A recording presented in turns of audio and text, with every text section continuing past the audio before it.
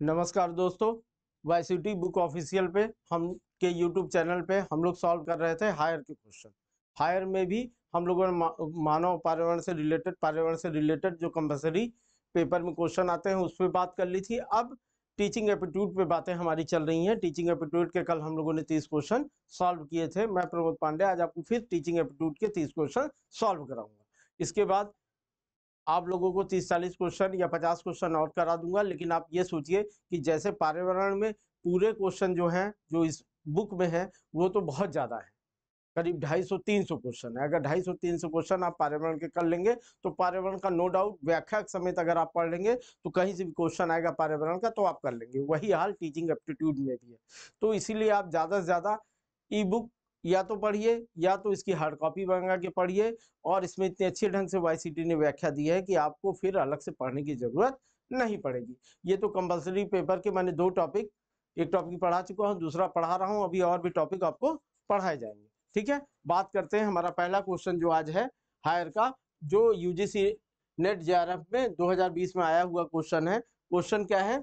निम्नलिखित में से किस स्तर के शिक्षण में तथ्य और सूचना पर विशेष बल दिया जाता है? तथ्य और सूचना प्राइमरी स्तर का है, जहां पे बच्चों को जैसे टू का टेबल लर्न कराया जा रहा है, तो वो हमारा स्मृति स्तर होता है। हमेशा इसमें समझाने की जरूरत नहीं होती है, रटाने की जरूरत होती है। क्योंकि बच्चे को 3 का टेबल जब रटा रहेगा, इसमें समझाना नहीं है, रटाना है। तो इसमें नॉर्मल स्मृति स्तर यूज होता है। इसका सही आंसर क्या होगा? देखिए, इसमें व्याख्या भी लिखी है। शिक्षण का निम्नतम स्तर स्मृति स्तर को माना जाता है। इस स्तर में तथ्यों और सूचनाओं को एकत्रीकरण रटने पर बल अधिक दिया जाता है। इस स्तर पर विद्यार्थी का शिक्षक पर दृढ़ विश्वास होता है तथा इसमें शिक्षक सक्रिय और विद्यार्थी निष्क्रिय भूमिका निभाता है ना? वो सोचता है जो टीचर बता रहा है एकदम सही बता रहा है, मैडम ने बताया है तो एकदम सही। आपने देखा होगा छोटे बच्चे आते हैं, कुछ भी जान के आते हैं तो बताते हैं मेरी मैडम ने ये बताया, ये एकदम सही है। उसको लगता है एकदम सही है क्योंकि मेरी मैडम ने बताया है। बच्चा एकदम दृढ़ विश्वास अपने सर पे या टीचरों पे करता है और जो बताया जाता है वो करते हैं। नेक्स्ट क्वेश्चन हम लोग देखते हैं। नेक्स्ट क्वेश्चन जो हमारा है वो भी यूजीसी जेआरएफ में आया हुआ है जून 2020 में। और ये जो क्वेश्चन है ये क्वेश्चन है किस पे? निम्नलिखित में से शिक्षण को प्रभावित करने वाले कौन से संभावित कारक अनुदेशात्मक सुविधाओं और अधिगम वातावरण से संबंधित है? ठीक है। तो अब इसमें पहले आप पढ़िए ऑप्शन, क्योंकि इसमें ऑप्शन देखिए, इसे यहाँ क्वेश्चन बड़े बड़े आएंगे और ढंग से उनको समझना पड़ेगा, पढ़ना पड़ेगा। शिक्षकों द्वारा प्रशंसा और प्रोत्साहन, ठीक है। अनुगम में अनुदेशात्मक सुविधाओं का अधिगम वातावरण, उपयोग होती पाठ्य पुस्तक और पाठ्य सामग्रियों की अनुपलब्धता, ठीक। अंतःक्रियात्मक प्रक्रियाओं में पहल परक प्रतिमान, उच्च योग के शिक्षकों में कमी, स्मार्ट क्लासेस की उपलब्धता। देखिए स्मार्ट क्लासेस की उपलब्धता, ये तो सही आंसर होगा ही। और वो पाठ्य पुस्तकों और सामग्रियों की अनुपलब्धता होगी तब भी समस्या आएगी, है ना? तो ये है। और इस तरह के जब आप मिलाएंगे आंसर तो समझ में आएगा कि बहुत सारे इसमें ऑप्शन सही लग रहे हैं। 4 उच्च शिक्षकों की कमी, उच्च योग्य शिक्षकों की कमी है तब भी समस्या आएगी। तो ये सारी समस्या, नॉन एबिलिटी भी आएगी। तो इसमें ये बार बार हटाना पड़ा पेज। एक तो ये आंसर होगा, एक अंतःक्रियात्मक प्रक्रियाओं में पहल प्रतिमान, 2 चीजें हो गई। तीसरा उच्च शिक्षा नहीं, चौथा स्मार्ट क्लासेस। तो इसका आंसर होना चाहिए सेकेंड, थर्ड और fifth. Second, third and fifth किसमें है? बी में है। तो इसका आंसर बी होना चाहिए। देखिए अब इसकी व्याख्या देखिए तब आपको समझ में आएगा, क्योंकि क्वेश्चन एक बोर्ड पे आ नहीं पाता है, इतने बड़े बड़े क्वेश्चन आते हैं कि मुझे भी कंफ्यूजन हो जाता है कि कहाँ से आंसर कौन सा मिलेगा। क्योंकि आंसर में ABCD दिया रहता है, ये याद ही नहीं रहता क्या दिया है क्या नहीं दिया, वो मुझे बार बार ऊपर नीचे करके देखना पड़ता है। उपयोग होती पाठ्य पुस्तकों पाठ्य सामग्रियों की अनुपलब्धता, स्मार्ट क्लासेस की उपलब्धता तथा अंतःक्रियात्मक प्रक्रियाओं में पहल परक प्रतिमान शिक्षण को प्रभावित करने वाले कारक हैं। तो शिक्षण को प्रभावित करने वाले कौन कौन से कारक हैं? जो अनुदेशात्मक विधाओं और अधिगम वातावरण से संबंधित है। यहाँ पे ये भी ध्यान रखना है कि किससे संबंधित है? अनुदेशात्मक विधाओं और अधिगम वातावरण से संबंधित होना चाहिए। आते हैं नेक्स्ट क्वेश्चन पे। नेक्स्ट क्वेश्चन हमारा क्या है, फिर उसी तरह का है, बड़ा सा क्वेश्चन है। निम्नलिखित में से उन विशेषताओं की पहचान कीजिए जो अप्रत्यक्ष शिक्षण रणनीतियों के साथ जुड़े हैं। अप्रत्यक्ष शिक्षण रणनीतियां, निर्देशित विद्यार्थी का अभ्यास, ठीक है, प्रश्नोत्तरी सत्रों के माध्यम से अवधारणा अर्जन करना पे बल, ये भी ठीक है। उद्दीपक सामग्री को लघु एवं सरल पदों में प्रस्तुत करना, ये सब मतलब अप्रत्यक्ष है, डायरेक्ट नहीं है। आगे देखते हैं, समस्या आधारित प्रस्तुतिकरण, प्रस्तुतिकरण डायरेक्ट नहीं है, डायरेक्ट नहीं है।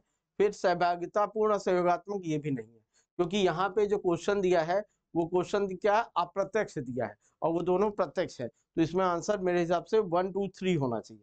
व्याख्या देख लेंगे तो और समझ में आ जाएगा, 1 2 3 इसमें है, ठीक है, यही आंसर है।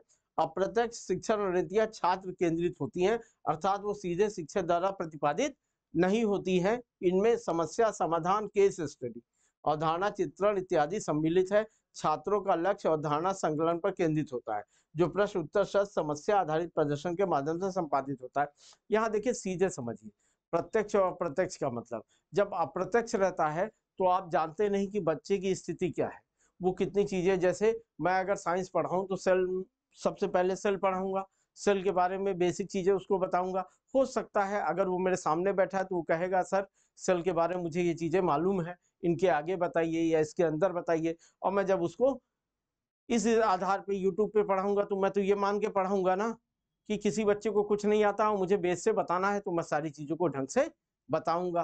तो ये डिपेंड करता है, और जब बच्चा आपसे वार्तालाप कर रहा है तो आप समझ जाते हैं कि बच्चे को कितनी जानकारी है और कितनी कम जानकारी हमको इसको आगे प्रोवाइड करनी है, कौन सी करनी है, कौन सी इसको मालूम है। ये चीजें हो जाती हैं कि बेसिक जानकारी, जैसे इंग्लिश का टीचर है वो टेंस से चालू करता है, पता चला प्रेजेंट टेंस पढ़ा रहा है, ये बच्चों को मालूम है तो पढ़ाने की जरूरत नहीं, वो कहता है मुझे एक्टिव पैसिव पढ़ाइए, प्रेजेंट टेंस पास्ट टेंस क्या होता है ये मुझे मालूम है। लेकिन तो ये प्रत्यक्ष में ही हो सकता है ना, अप्रत्यक्ष में तो नहीं हो सकता। अप्रत्यक्ष में तो इंग्लिश वाला सोचेगा इसको कुछ नहीं आता, इसको शुरू से पढ़ाओ, ए कहाँ यूज होगा, ए एन कहाँ यूज होगा, दा कहाँ यूज होगा, एकदम शुरू से बताओ, तो ये समस्या आती है।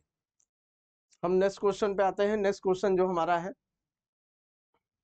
क्वेश्चन नंबर 34, ये किस पे है, शिक्षण के किस स्तर में संरचना निर्देशन और विद्यार्थियों के व्यवहार को निकट से पर्यवेक्षण करने की गतिविधियों की प्रबलता होती है। यहाँ निकट से पर्यवेक्षण जो किया जा रहा है वो किसमें किया जाएगा, आप बताइए। स्मृति स्तर में समझ में चीजें आएंगी। ये देखिए, शिक्षण के स्मृति स्तर में संरचना निर्देशन और विद्यार्थियों के व्यवहार को निकट से पर्यवेक्षण करने की गतिविधियों की प्रबलता होती है। शिक्षण के स्मृति स्तर के प्रमुख प्रवर्तक कौन थे, हर्बर्ट। ये देखिए, अभी मैंने बताया नहीं था लेकिन अब आप जान लीजिए, स्मृति स्तर के प्रवर्तक कौन थे, हर्बर्ट थे। यह शिक्षण अधिगम प्रक्रिया का प्रथम चरण या प्राइमरी लेवल है, हर्बर्ट। हालांकि शिक्षण इससे प्रथम लेवल से बहुत सारे आते हैं स्मृति स्तर से, अभी और भी क्वेश्चन आए होंगे तो उनकी व्याख्या और देखेंगे तो आप समझ जाएंगे कि क्या आंसर देना है और क्या नहीं देना है। आते हैं नेक्स्ट क्वेश्चन पे। नेक्स्ट क्वेश्चन जो हमारा है वो है क्वेश्चन नंबर 35। यहाँ दिया हुआ है क्या, निम्नलिखित में किस शिक्षण स्तर में अधिगमकर्ता को अवधारणाओं के सकारात्मक दृष्टांतों के बीच विभेद करने का अवसर प्राप्त होता है। थोड़ी इंग्लिश थोड़ा पढ़ लिया करिए तो और समझ में आएगा। In which level of teaching the learner gets an opportunity to discriminate at length between positive and the negative example of concept. देखिए, सकारात्मक और नकारात्मक के बीच भेद पूछा है, जेआरएफ नेट 2020 में आया हुआ क्वेश्चन है। तो इसका सही आंसर क्या होगा, मेमोरी स्तर, अबोध स्तर, विमर्शी। तो इसमें विमर्शी होगा, जब विचार विमर्श करेगा तो ये रिफ्लेक्टिव लेवल, विमर्शी चिंतन स्तर, इसका सही आंसर अबोध 35। तो इसमें क्या है, निम्नलिखित किस शिक्षण स्तर में अधिगमकर्ता को अवधारणाओं के सकारात्मक, अच्छा अवधारणाओं के सकारात्मक तो अंडरस्टैंडिंग लेवल है, तभी वो चीजों को समझेगा। इसकी व्याख्या देख लेते हैं तो और अबोध स्तर स्मृति और दृष्टिकोण को बताता है जो शिक्षार्थियों में तथ्यों, सिद्धांतों तथा सामान्य स्थितियों को समझने योग, समझना है तो समझना है, तो सही आंसर इसका नो डाउट अंडरस्टैंडिंग ही होगा, अवबोध होगा। क्या होगा, अवबोध होगा, विचार विमर्श नहीं, यहाँ समझना है, खुद ही क्वेश्चन में दे रखा है तो इसका आंसर समझना होगा। नेक्स्ट क्वेश्चन पे आते हैं। नेक्स्ट क्वेश्चन हमारा जो है वो, during teaching a teacher is statement that encourage student to the elaborate on an answer either by their own or by that of others will is called। शिक्षण के दौरान किसी शिक्षक के कथन जो विद्यार्थियों को स्वयं या दूसरों के किसी उत्तर को सविस्तार प्रत्यापित करने के लिए प्रोत्साहित करते हैं क्या कहलाते हैं। तो ये क्वेश्चन का आंसर क्या होगा, विशेष परीक्षा, अधिगम प्रक्रिया में संलिग्ध, अनुदेशात्मक विविधता या संरचना। तो परीक्षा ही होना चाहिए, विशेष परीक्षा, क्योंकि शिक्षण के दौरान किसी शिक्षक के हुए कथन जो विद्यार्थियों के स्वयं या दूसरों के किसी उत्तर को सविस्तार प्रतिपादित करने के लिए प्रोत्साहित करते हैं, सहयोगी व्यवहार के अंतर्गत आते हैं, जिसे विशेष परीक्षा द्वारा वर्णित किया जाता है। अगर स्टूडेंट ने कोई क्वेश्चन पूछा, टीचर ने उसको डांट दिया, सही ढंग से आंसर नहीं दिया, तो सहयोगी कहाँ रह गया। तो इस वजह से इसका सही आंसर ये होगा। नेक्स्ट क्वेश्चन पे आते हैं। नेक्स्ट क्वेश्चन हमारा है क्वेश्चन नंबर 37। क्या लिखा हुआ है, the phrase TL model of teaching. ये शिक्षण के टीएल मॉडल का अर्थ क्या है। टीएल मॉडल पहले समझिए होता क्या है। टीएल मॉडल जो है शिक्षण और अधिगम अभिन्न रूप से संबंधित है, इसके बारे में बात करता है। कौन, teaching and learning are interrelated, है ना, कैसे रिलेटेड है, जिस तरह पढ़ाया जा रहा है, जिस तरह चीजें की जा रही है। इसका सही आंसर क्या होगा, बी, है ना। तो टीएल मॉडल प्राय शिक्षण एवं अधिगम अभिन्न रूप से संबंधित होते हैं। टीएल मॉडल में यहाँ शिक्षण एवं अधिगम वातावरण, शिक्षा एवं विद्यार्थी के व्यवहार को वर्णित करता है। यह पूर्व एवं उत्तर शिक्षण योजना निर्माण तथा शिक्षण क्रियान्वयन में सहायक होते हैं, जो विद्यार्थियों को सुगम अधिगम प्रदान करने में सहायक भूमिका निभाते हैं। जितना ज्यादा टीचर अपने बच्चों से मिला जुला होगा, उतने ही ढंग से वो चीजों को अपने बता पाएगा और बच्चों को उतने ही अच्छे ढंग से चीजें समझ में आ पाएंगी। नेक्स्ट क्वेश्चन पे आते हैं। नेक्स्ट क्वेश्चन हमारा है 38। इसमें क्या लिखा है, स्मृति स्तर के शिक्षण में निम्नलिखित में किस पर बल दिया जाता है। स्मृति स्तर देखिए मैंने कहा कई बार आएगा और ये बहुत इंपॉर्टेंट है। इसको आप कर, हार्वर्ड ने इसकी खोज की थी। तो इस पे देखिए पहला है क्या कि तथ्यों के मध्य संबंध देखने पे, ठीक है, ये तो होता ही है। संत द्रुत प्रत्यास्मरण में सहायता हेतु व्यवस्थित प्रस्तुतियों से, नहीं। बी सी द्रुत प्रत्यार्पण में ये होना चाहिए, क्योंकि यहाँ पे लर्न करना है। तो सोच एवं विचार को व्यवस्थित करना, एक बात निश्चित होगी। तथ्यों के मध्य संबंध देखने पर तथ्य यहाँ नहीं देखता, केवल रटना काम है। द्रुत प्रत्यास्मरण में सहायता हेतु प्रस्तुतियों पर, ये एकदम सही है। समीक्षात्मक चिंतन पर चिंतन यहाँ करने की जरूरत नहीं है, प्राइमरी लेवल है। तथ्यों को सही क्रम में लगाने की निपुणता, हाँ ये इंपॉर्टेंट है। एक विशेषता की दूसरी विशेषता में प्रतिकरण, तो मतलब इसका आंसर होना चाहिए ए, सी और ई। ए, सी और ई बी में है, तो बी इसका सही आंसर होना चाहिए। देख लीजिए ये यहाँ पे फिर से एक बार आप सोच सकते हैं कि क्या क्या है। पहले स्तर देखिए, व्याख्या लिखी हुई है। शिक्षण के मुख्य 3 स्तर होते हैं, स्मृति स्तर के शिक्षण, बोध स्तर के शिक्षण और चिंतन स्तर के शिक्षण। तो चिंतन वाली बात तो अपने आप ही गलत होगी, बोध वाली बात अपने आप गलत हो गई, केवल स्मृति स्तर। और स्मृति स्तर में भी 3 चीजें हैं, सोच एवं विचार को व्यवस्थित करना, द्रुत प्रत्यास्मरण में सहायता होती व्यवस्थित प्रस्तुतियों पर, तथ्यों को सही क्रम में लगाने की निपुणता।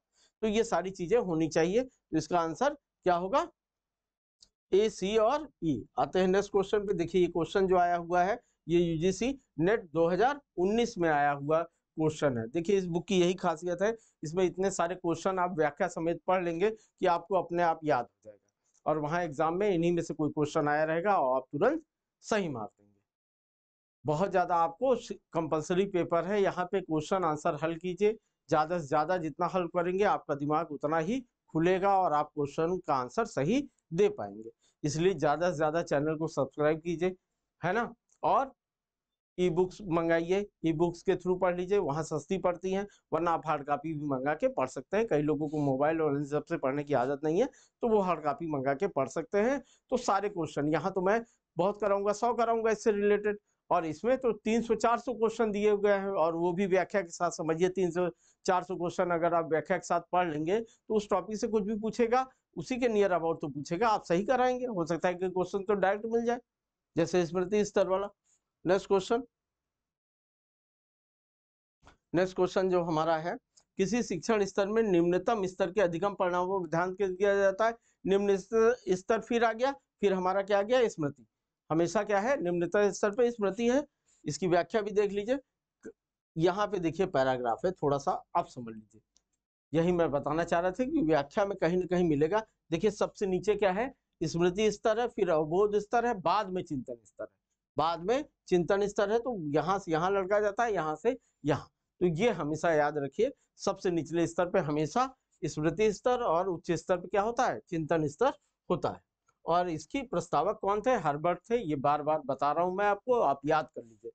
इस तरह क्वेश्चन आएंगे तो अब हम, मुझे लगता है स्मृति स्तर पे अगर आप 10-12 क्वेश्चन कर लिए तो स्मृति स्तर के क्वेश्चन आपके नहीं गलत होने चाहिए। नेक्स्ट क्वेश्चन,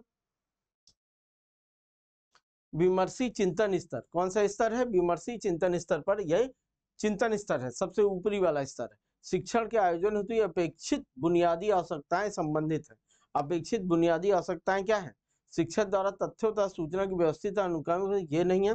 समस्याओं तथा उसके समाधान की प्रक्रिया में छात्रों को अन्वेषण और तत्व संबंधी व्याख्या में सहायता प्रदान करने में, ये होना चाहिए इसका आंसर। आगे भी पढ़ लेते हैं, छात्रों द्वारा तथ्यों को स्पष्ट किए जाने वाली उसकी व्याख्या, नहीं। शिक्षक द्वारा ठोस तथ्यों की प्रस्तुति, नहीं, यही होना चाहिए इसका। और देखिए सही आंसर है, ऑप्शन भी पढ़ लीजिए, व्याख्या भी। विमर्शी स्तर शैक्षणिक विचारों में गहरे अध्ययन, चिंतन तथा मनन के लिए पूर्व अर्पित ज्ञान, तथ्य और सामान्यीकृत निष्कर्षों, विचारों, सिद्धांतों में अपेक्षित परिवर्तन लाए जाते हैं तथा नई सूझबूझ विकसित की जाती है। ठीक है, अतः विमर्शी स्तरीय विचारों के आदान प्रदान में क्रियान्वित कार्य संप्रेषण की संभावना बहुत अधिक होती है। विमर्शी चिंतन स्तर पर शिक्षण के आयोजन हेतु अपेक्षित आवश्यकताएं, समस्याओं तथा उनके समाधान की प्रक्रिया में छात्रों को अन्वेषण और तत्व संबंधी व्याख्या में सहायता प्रदान करने से संबंधित है। ठीक है, इस तरह आप देखेंगे और आराम से व्याख्या इतनी बढ़िया लिखी हुई है कि आपका एकदम याद हो। देखिए फिर उसी तरह का क्वेश्चन है, बार बार मुझे नीचे देखना पड़ेगा इसको। देखिए, प्रभावशाली शिक्षण व्यवहारों की सूची में उन्हें चुनिए जिन्हें मुख्य व्यवहार कहा जाता है। देखिए मुख्य व्यवहार जिन्हें कहा जाता है उसमें पहला जैसे पढ़ते हैं, सभी विद्यार्थियों को प्रत्यक्ष, श्रव्य और मौखिक प्रदान, ये एकदम सही है, ये होना चाहिए। फिर विद्यार्थियों के उत्तर विस्तारित करने के लिए प्रोत्साहित करना, नहीं। अधिगम कर्ता के साथ उत्साहपूर्ण और शिक्षा प्रदायी संबंध, नहीं। प्रस्तुतिकरण, ये है, इसमें मुख्य व्यवहार पूछा गया है, प्रस्तुतिकरण के विविध तरीके, ये होना चाहिए। कक्षा को कम से कम अस्त व्यस्त करने हेतु दुर्व्यवहार को रोकना, ये भी होना चाहिए।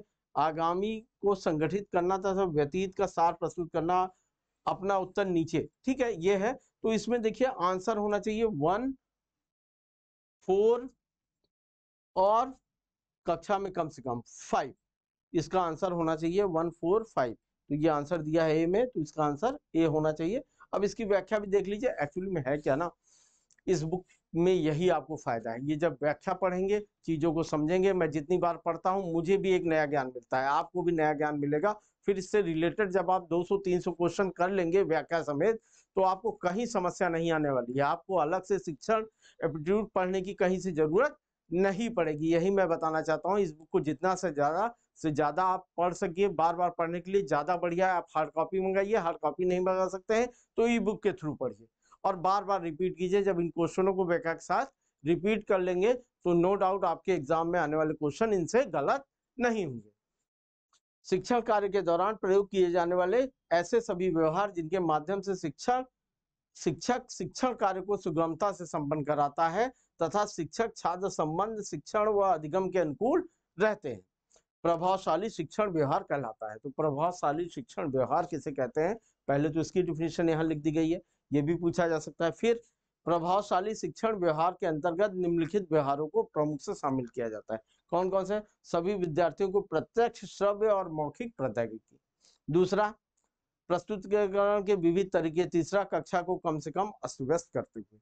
ठीक है, अब आप इस पे कोई भी क्वेश्चन पूछा, ABCD मिलाने के लिए आप मिला लेते हैं। नेक्स्ट क्वेश्चन पे आते हैं। नेक्स्ट क्वेश्चन जो हमारा है ये भी इसी तरह है, क्योंकि आप JRF नेट का देखिए, JRF शिफ्ट सेकेंड में 2019 में आया हुआ क्वेश्चन है, यहाँ पे आप वैसे ही क्वेश्चन सॉल्व कर रहे हैं जो एग्जाम में आए हुए हैं, तो वहाँ बड़े बड़े क्वेश्चन आते हैं, थोड़ा समय ज्यादा लगता है, इसीलिए तथ्यों को थोड़ा ध्यान से पढ़िए, एक बार ही पढ़िए लेकिन ध्यान से पढ़िए और आंसर देते समय तथ्यों को ध्यान रखिए। देखिए यहाँ 4 चीजें दी हैं और एकदम नजदीक नजदीक दी रहती है, थोड़ा सा भी आपने अंतर किया तो आपका आंसर गलत हो जाता है। दी गई है, नीचे दी गई सूची में से उन शिक्षण विधियों की पहचान कीजिए जिनमें संवाद जन्य विमर्श की बहुत अधिक गुंजाइश होती है, बहुत अधिक गुंजाइश होती है। तो श्रव्य दृश्य उपकरणों में नहीं, समूह शिक्षण में नहीं, ट्यूटोरियल में सबसे अधिक इसमें होती है, ट्यूटोरियल में होती है, ये एकदम सही है। समस्या समाधान विधि में भी यही होता है, प्रत्यक्षीकरण होता है। और श्याम पट पर लिखकर समझाने की विधि, चॉक एंड टॉक मेथड नहीं, समूह चर्चा, समूह चर्चा नो डाउट सही है। तो इसमें हो गया ट्यूटोरियल हो गया, ठीक है। उसके बाद हो गया क्या कहते हैं समस्या समाधान और फिर समूह चर्चा। तो 3 4 6 क्या हो गया 3 4 6, ये बी में दिया है तो इसका आंसर क्या हो गया बी हो गया। तो आप क्वेश्चन को जब ध्यान से पढ़ेंगे तो और थोड़ा सा अपना भी पढ़ाई के अलावा अपना भी थोड़ा लॉजिक यूज कीजिएगा, क्योंकि शिक्षण वाले जो क्वेश्चन है वो अधिकतर आपके अपने लॉजिक पे ज्यादा सही होते हैं, ठीक है। संवाद जन विमर्श है, संवाद जन जिसमें वार्तालाप दोनों के बीच में है ना, उसमें वाद विवाद भी होता है। इसमें इस प्रकार की शिक्षण विधि में बालकों में सामाजिकता का विकास होता है और सभी को अपने विचार रखने तथा बोलने का पूर्ण अवसर भी मिलता है। अब व्यक्ति के अवसर मिलने के साथ साथ स्वतंत्र ज्ञानवर्धक चर्चा होने के विषय में स्पष्टता आती है। इसकी 3 विधियां हैं, ट्यूटोरियल, समस्या समाधान विधि और समूह चर्चा विधि। या तो आप ऐसे याद रखिए या तो वैसे याद रखिए, करना आपको वही पड़ेगा। तो ट्यूटोरियल, समस्या समाधान विधि और समूह चर्चा विधि, ये समाज जन विमर्श की कैरेक्टर है, इनको याद रख लीजिए। नेक्स्ट क्वेश्चन पे आते हैं। नेक्स्ट क्वेश्चन फिर ABCD मिलाने वाला है और स्तंभ बी में पद्धति में फोकस की सूची दी गई है, तो इसको मिलाना है। व्याख्यान पद्धति क्या है ना, अनुभव आधारित अभिगम है, प्रदर्शन विधि किसी कार्य को प्रतिभारक, यहाँ तो इस तरह मिलाना पड़ेगा। और ये क्या किया है बहुत ज्यादा ऊपर नीचे दे रखा है, एक पेज पे ये आने से रहा, तो इसको थोड़ा सा आप ऐसे ही समझ लीजिए कैसे मिलाया जाए। व्याख्यान विधि, तो व्याख्यान विधि बहुत अधिक ज्ञान प्रदान करना है, नॉर्मल सी बात होती है। व्याख्यान का मतलब बहुत अधिक ज्ञान प्रदान करना, तो ए का हो जाएगा आपका थर्ड। प्रदर्शन विधि किसी कार्य में प्रतिभागिता जोड़ देना, विद्यार्थी विभिन्न क्रियाकलाप एक साथ निष्पादित करते हैं और सीखते हैं, बहुत अधिक ज्ञान प्रदान करना, तो हो गया। तो प्रदर्शन विधि हो गया। अनुभव आधारित अनुभाग, फिर हो गया आपका परियोजना विधि, किसी कार्य से प्रतिभागिता पर जोर देना और सहयोगात्मक, विद्यार्थी विभिन्न के साथ में निष्पादित करते हैं। तो इसका आंसर होना चाहिए ए का सेकंड, बी का थर्ड नहीं, ए का सेकंड और ए का थर्ड। थर्ड किस में है, इन दोनों में है, तो थर्ड अधिक व्याख्यान, थर्ड का बी का सेकंड, सी का सेकंड, तो इसका बी का सेकंड और ए का सेकंड यही आंसर होना चाहिए, ठीक है।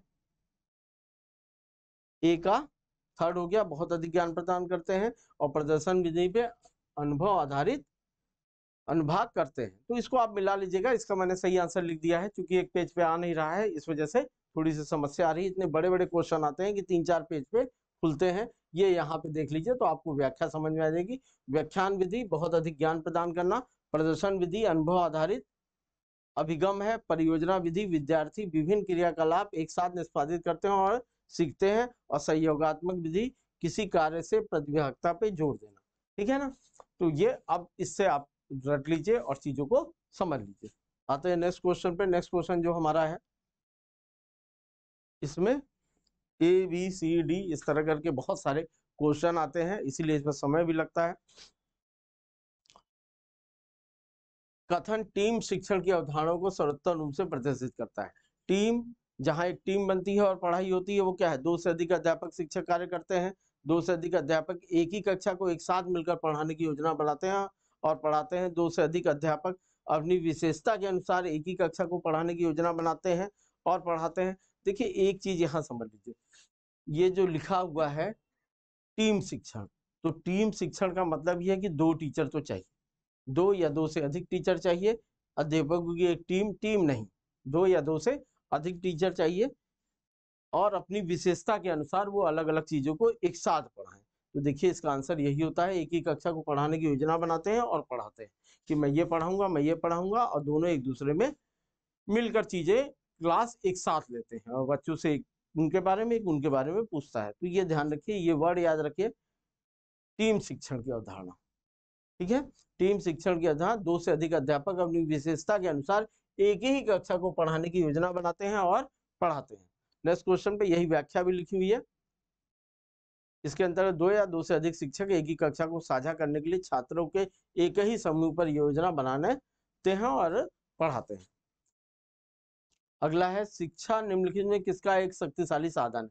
सामाजिक रूपांतरण का, व्यक्तिगत रूपांतरण का, सांस्कृतिक रूपांतरण का, उपयुक्त सभी। तो इसमें आप नॉर्मल सा सोचिए क्या होना चाहिए, उपयुक्त सभी होना चाहिए। शिक्षा समाज का भी रूपांतरण करती है, व्यक्ति का भी रूपांतरण करती है और संस्कृति को भी चेंज करती है। बहुत आसान सा क्वेश्चन था ये, वन लाइनर था। इसमें वन लाइनर कक्षा में परस्पर संवाद से क्या उभर कर आना चाहिए, परस्पर संवाद से क्या उभर के आना चाहिए, तर्क वितर्क सूचना विचार विवाद, विचार आना चाहिए। ये बहुत आसान सा क्वेश्चन है।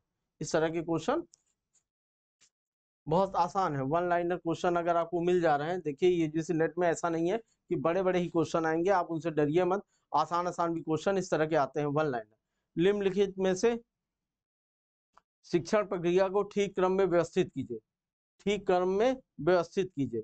तो ठीक क्रम में व्यवस्थित कीजिए, तो इसमें शिक्षण लक्ष्यों को सूत्रबद्ध करना, ठीक है। वर्तमान ज्ञान को पहले ज्ञान से, ये तो बाद में आएगा। शिक्षण तत्व फोर्थ किस में दे रखा है, फोर्थ दे रखा है डी में, तो सबसे पहले यही आंसर, क्योंकि फोर्थ किसी और में नहीं दे रखा है तो इसका आंसर डी होगा। तो जब आपको क्रम लाइन से न याद रहे तो पहला और आखिरी जरूर याद रखिए। जैसे मुझे मालूम है कि पहला और आखिरी क्या है, तो मैंने तुरंत आंसर उससे लगा दिया। शिक्षण लक्ष्यों को सूत्रबद्ध करना, वर्तमान ज्ञान को पहले ज्ञान से जोड़ना, शिक्षण सामग्री का प्रस्तुतिकरण, फिर मूल्यांकन और पुनर्शिक्षण सबसे बाद में।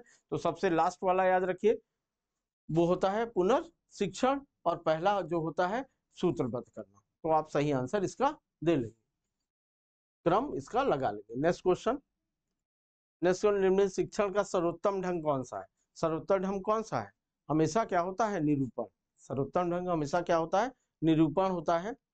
शिक्षण का सर्वोत्तम ढंग निरूपण या डिमॉन्स्ट्रेशन है। इस माध्यम से छात्रों को वास्तविक वस्तुओं, चित्रों अथवा प्रयोगों के माध्यम से सिखाया जाता है। ये सबसे आसान तरीका है ये इस विधि के, इसलिए किंडर स्कूल जो खोले गए उनका मुख्य उद्देश्य यही था, खेल कूद में बच्चों को सिखाना। इस विधि के अंतर्गत शिक्षक पढ़ाते समय उदाहरण व प्रयोगों के माध्यम से किसी तथ्य के सभी पक्षों का स्पष्टीकरण, प्रमाणीकरण व प्रदर्शन इत्यादि कक्षा में ही विद्यार्थियों के मध्य करता है और बच्चों को समझाता है। नेक्स्ट क्वेश्चन, सब वन लाइनर क्वेश्चन है। निम्नलिखित कौन सा शिक्षण का पूर्व निर्धारित स्तर नहीं है। शिक्षण का पूर्व निर्धारित स्तर नहीं है, स्मरण, बोध, परावर्तित, विभेदीकरण। तो पहले से निर्धारित क्या नहीं है, बोध नहीं है, विभेदीकरण। निम्नलिखित कौन सा शिक्षण का पूर्व निर्धारित स्तर नहीं है, विभेदीकरण, स्मरण, ठीक है, विभेदीकरण। व्याख्या पढ़िए, शिक्षण की पूर्व निर्धारित स्तरों में स्मरण, बोध एवं परावर्तित को शामिल किया जा सकता है, किंतु इसमें विभेदीकरण की प्रक्रिया शामिल नहीं है। इसको थोड़ा ऐसे समझ लीजिए कि दो छात्र एक क्लास में है, एक का दिमाग थोड़ा सा IQ तेज है, एक का IQ कम है, तो विभेदीकरण करके अगर आप एक क्लास में कैसे पढ़ाएंगे, तो आप तो बेसिक से ही पढ़ाएंगे ना, किसी तेज बच्चे को ही नहीं पढ़ाएंगे। अधिकतर टीचरों को आपने देखा है कि जो तेज बच्चा है उसको डांटते कम है, मारते कम है, उससे बहुत ज्यादा क्या कहते हैं, उस पर ध्यान देते हैं। जब और जो बच्चा पढ़ने में थोड़ा सा वीक है उस पर कम ध्यान देते हैं, उसको डांटते ज्यादा हैं, है ना, उससे क्वेश्चन आंसर नहीं करते हैं, तो इसकी वजह से वो पिछड़ सा जाता है। विभेदीकरण शिक्षण में अगर होने लगा तो जो बच्चा वीक था वो हमेशा वीक होता जाएगा और तेज बच्चा हमेशा तेज होता जाएगा। तो शिक्षक की एक खासियत होनी चाहिए कि उसमें विभेदीकरण नहीं होना चाहिए, किसी पूर्वाग्रह से वो ग्रसित नहीं होना चाहिए, उसको सबको समान ढंग से शिक्षा देना है ना, तो उसको इस बात का ध्यान रखना चाहिए। तो यहाँ विभेदीकरण शिक्षण की पूर्ण निर्धारित संस्थानों में स्मरण, बोध और परावर्तित को शामिल किया जा सकता है, किंतु उसमें विभेदीकरण की प्रक्रिया को शामिल नहीं किया जा सकता। नेक्स्ट क्वेश्चन पे आते हैं। नेक्स्ट क्वेश्चन हमारा जो है ये फिर व्याख्या वाला गया। निम्नलिखित सही उत्तर का चयन कीजिए। सही उत्तर, अच्छा पहले क्वेश्चन देखिए कितना बड़ा है, मिलाने के लिए दिया हुआ है। ये आप कैसे मिलाएंगे, इसको ऐसे आप समझ ही नहीं सकते, इसकी व्याख्या देख लीजिए तो आप चीजों को मिला लेंगे, ऐसे आप इस पे पेज पे मिला ही नहीं सकते।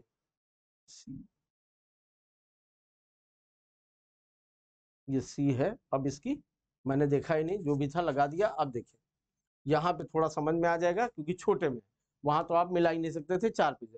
अकादमिक विशेषताएं क्या होती हैं, अधिगमकर्ता आवश्यकता पढ़ने पर अपने पाठ्यक्रम में विविध तथ्यों का चयन करता है, ये एकेडमिक है। फिर सामाजिक विशेषताएं, अधिगमकर्ता समकक्षियों की टीम मेंबर के रूप में काम करता है, तो ये सामाजिक हो गया।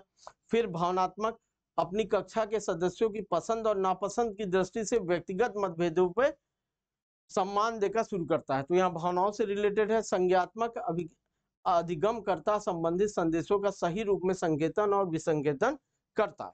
तो ये इस तरह के क्वेश्चन जब आएंगे तो आपको क्या कहते हैं, बहुत ज्यादा ज्ञान की जरूरत नहीं है, अपनी समझ की जरूरत है। कि जैसे देखिए इसी से समझ में आ रहा है एकेडमिक विशेषताएं क्या है। आवश्यकता पड़ने पर अपने पाठ्यक्रम में परिवर्तन करें और एकेडमिक के हिसाब से चेंज करें। सामाजिक अधिगम करता समकक्षियों के टीम मेंबर के रूप में एक समाज बना के पढ़ाता है। तो इस तरह के जब क्वेश्चन आएंगे तो आपको ध्यान देना पड़ेगा कि किस तरह से। देखिए वन लाइनर क्वेश्चन बहुत कम आएंगे, ये जाने रहिए। शैक्षणिक पे बड़े बड़े क्वेश्चन आएंगे, पढ़ने में भी समय लगेगा आपको। अब जो ये क्वेश्चन है ये भी एक बड़ा क्वेश्चन है। 51 what are the basic requirement for organization teaching and understanding level. तो अवबोध स्तर पर शिक्षण आयोजित करने होती मुख्य आवश्यकताएं क्या है।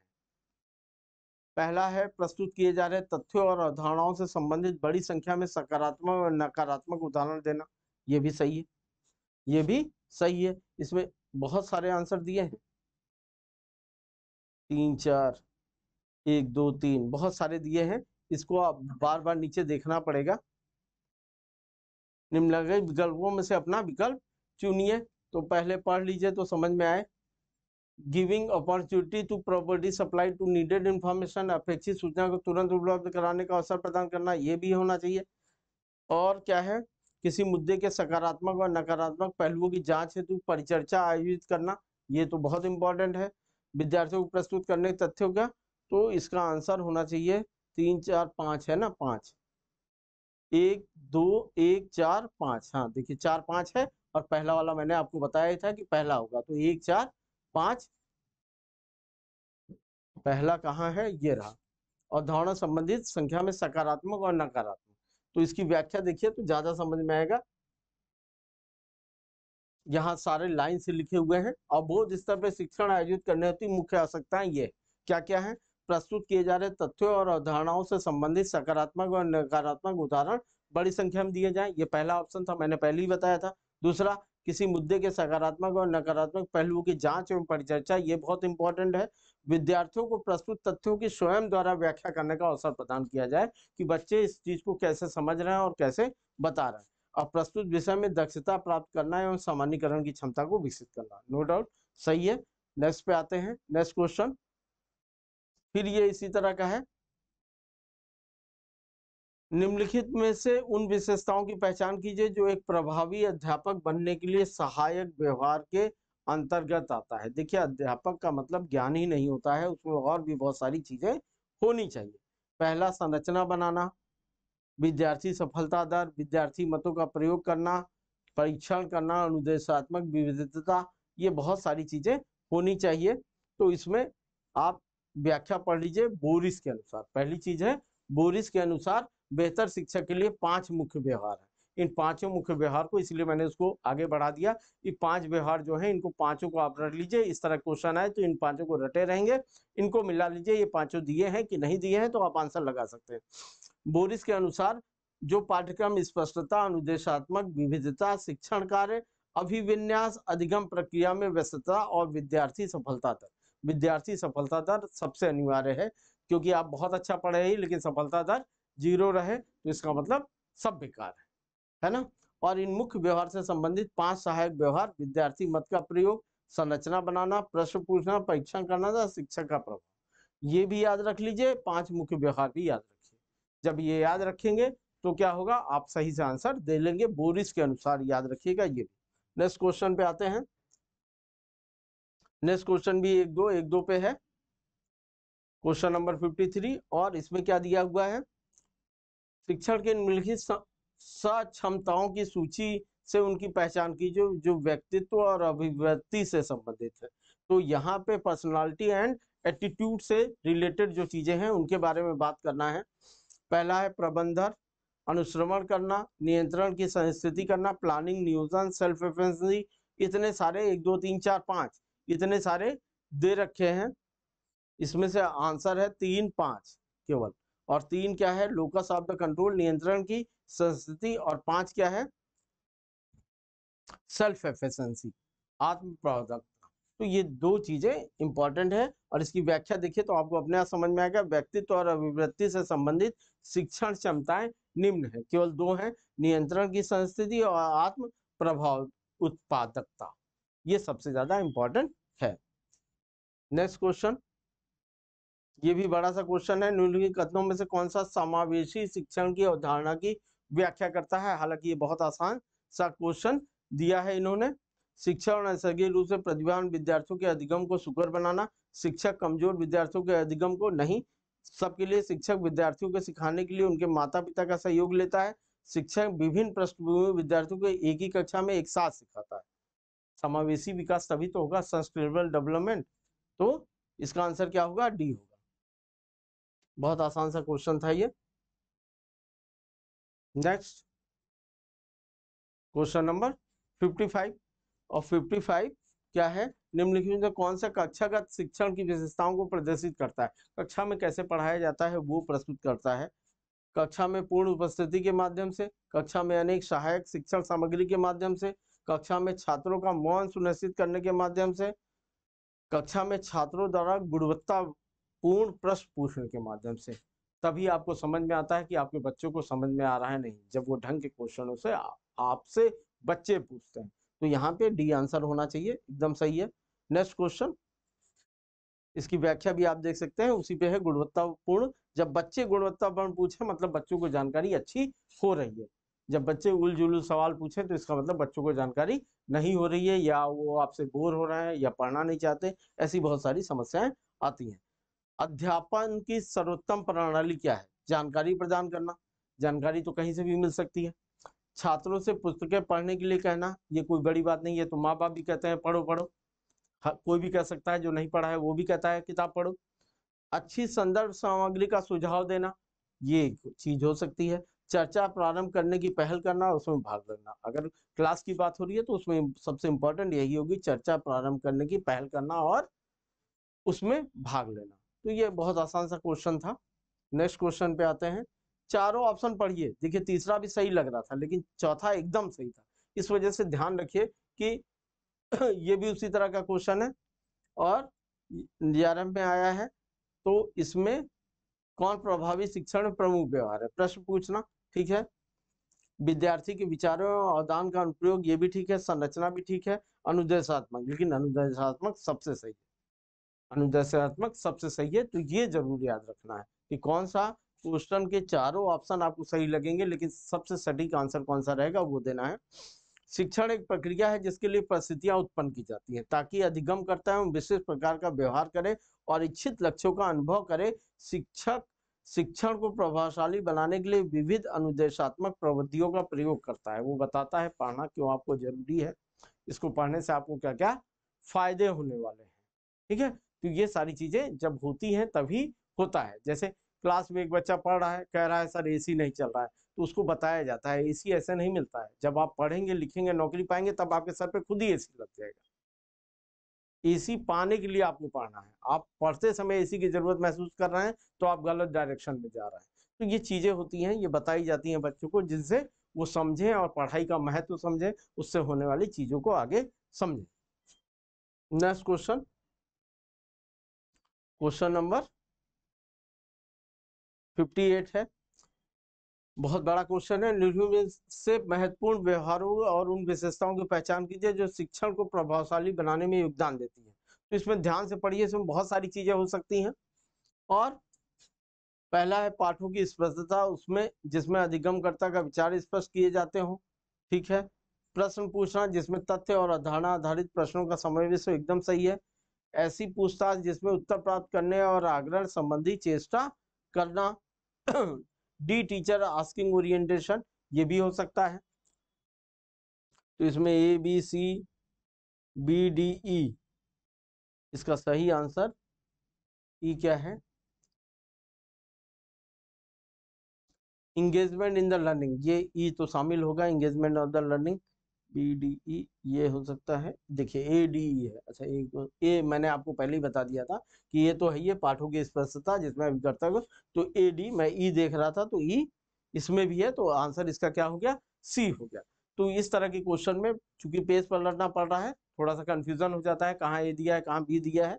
तो बोरिस के अनुसार वही बोरिस वाला क्वेश्चन है, बोरिस पे बात हुई थी।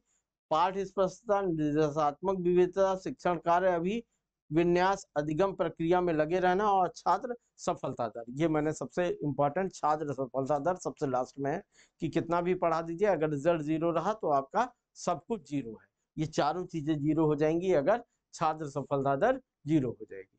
तो छात्र सफलता दर बोरिस के अनुसार सबसे ज्यादा इंपॉर्टेंट आता है। आप भी सोचिए, कितना भी ज्ञान प्राप्त कीजिए, अगर सफलता नहीं मिल रही तो उस ज्ञान का कोई महत्व तो नहीं है। नेक्स्ट क्वेश्चन, और क्वेश्चन नंबर 59 क्या है? प्रभावत्मकता या इफेक्टिव टीचिंग, शिक्षण में निम्नलिखित में कौन सा प्रमुख व्यवहार है? तो प्रभावत्मकता में सबसे इंपॉर्टेंट कौन सा है? छात्रों को स्वयं अपने अन्य छात्रों के उत्तर की विवेचना के लिए प्रोत्साहित करना। दूसरा, छात्र द्वारा अपनी कथित बात का सारांश बनाना। शिक्षक भावी आयोजना के उद्देश्य से टिप्पणियां करता है।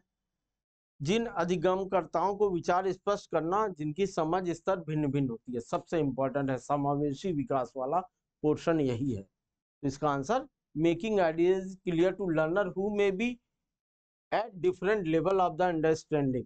सबसे क्लास में कई तरह के बच्चे होते हैं, सब बच्चों का आईक्यू एक जैसा नहीं होता है।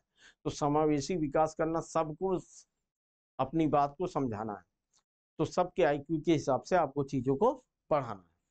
नेक्स्ट क्वेश्चन आते हैं, क्योंकि सफलता दर तभी होगी, क्लास में 2 बच्चे पता चला यूपी बोर्ड में या कहीं बोर्ड में टॉप कर जाते हैं लेकिन पूरी क्लास फेल हो जाती है, तो ये बहुत अच्छा रिजल्ट नहीं माना जाएगा, बेकार रिजल्ट माना जाएगा। लास्ट क्वेश्चन फिर आपका इसी तरह से है, विद्यालय अधिगम में योगदान देने वाले निम्नलिखित में से कौन से कारक हैं जिन्हें सामाजिक दक्षता के रूप में माना जाता है? अब इसमें मोटिवेशन, अभिप्रेरणा नो डाउट सामाजिकता के लिए बहुत आवश्यक है। बौद्धिकता ऐसा जरूरी नहीं है। सामाजिक कौशल, सोशल स्किल जरूरी है। और फैमिली सपोर्ट, सामाजिकता से है तो फैमिली सपोर्ट भी जरूरी है। स्पेसिफिक एबिलिटी कोई जरूरत नहीं है। तो इसमें सही आंसर होगा ए हो गया आपका, सोशल स्किल हो गया सी हो गया, और family support D. A B C, B C D, C D, A C D, A इसी में है, तो ये आंसर, ये आंसर है। इसकी व्याख्या भी अभिप्रेरणा, सामाजिक कौशल और पारिवारिक मदद, तो ये सारी चीजें किसमें आती हैं? सामाजिक दक्षता के अंतर्गत आती हैं। आज हम लोगों ने 30 क्वेश्चन पे बात की है। अब शिक्षण पे और भी क्वेश्चनों पे हम लोग बात करेंगे। तब तक के लिए मिलते हैं नेक्स्ट क्लास में। जय हिंद।